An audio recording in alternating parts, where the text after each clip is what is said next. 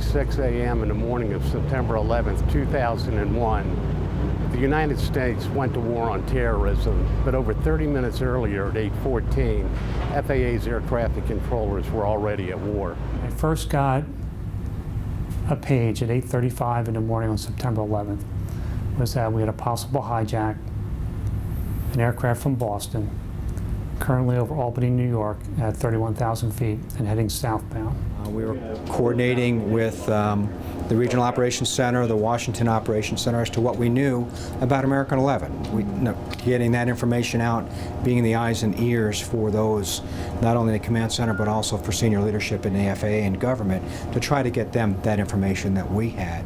In the middle of that, we also got United 175, which was another aircraft departing from Boston, a Boeing 767, who reported to us that they had heard something suspicious on the frequency over in Boston Center. It sounded like an aircraft in trouble, possible hijack. There were reports coming in very quickly of aircraft that had possibly gone Nordo and stopped talking on departure out of Boston.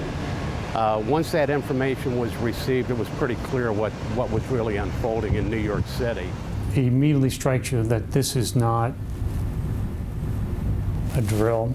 This is not a suspected activity. This is confirmed. We have a significant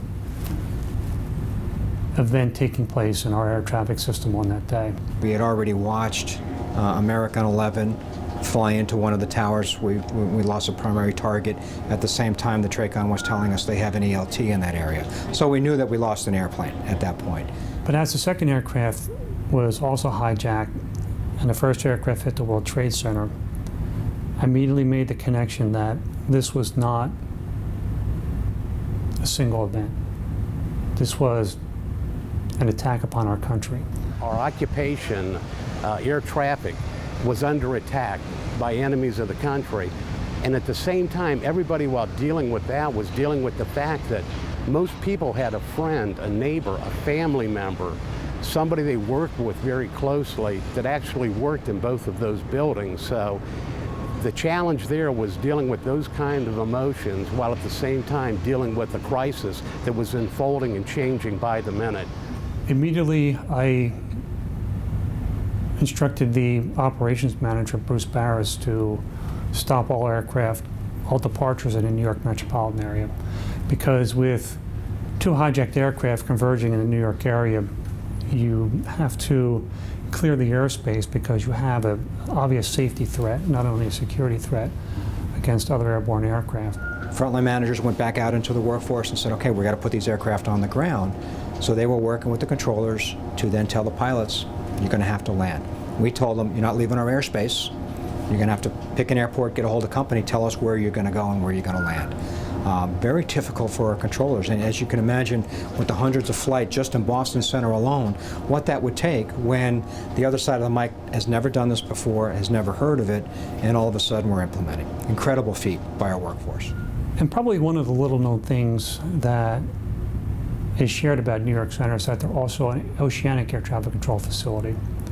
So this meant at very early in the morning, as flights were halfway across the Atlantic Ocean to land in the United States, we had already initiated protocols to shut those arrivals off from the oceanic areas, and they had to make tough decisions such as either turn around and go back to Europe or go to alternate destinations, which many of them did in Canada. There was no playbook, and we were reacting to trying to make our best guess, estimates as to how we're going to react to each and every individual flight that was out there.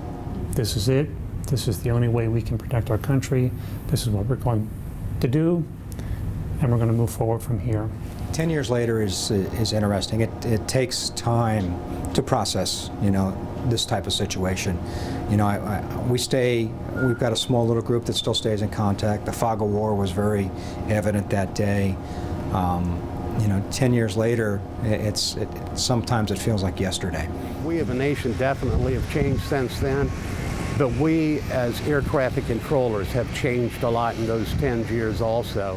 When I look back upon that tragic day, the thing that hits me the deepest is my pride in how all of our air traffic folks in the New York area came together and rose to the occasion and did the right thing and did it so well that it amazed the rest of the world. They did an incredible job under, warlike conditions, and they did it with unbelievable precision. I hope we never ever have to do it again, but I know they can handle it.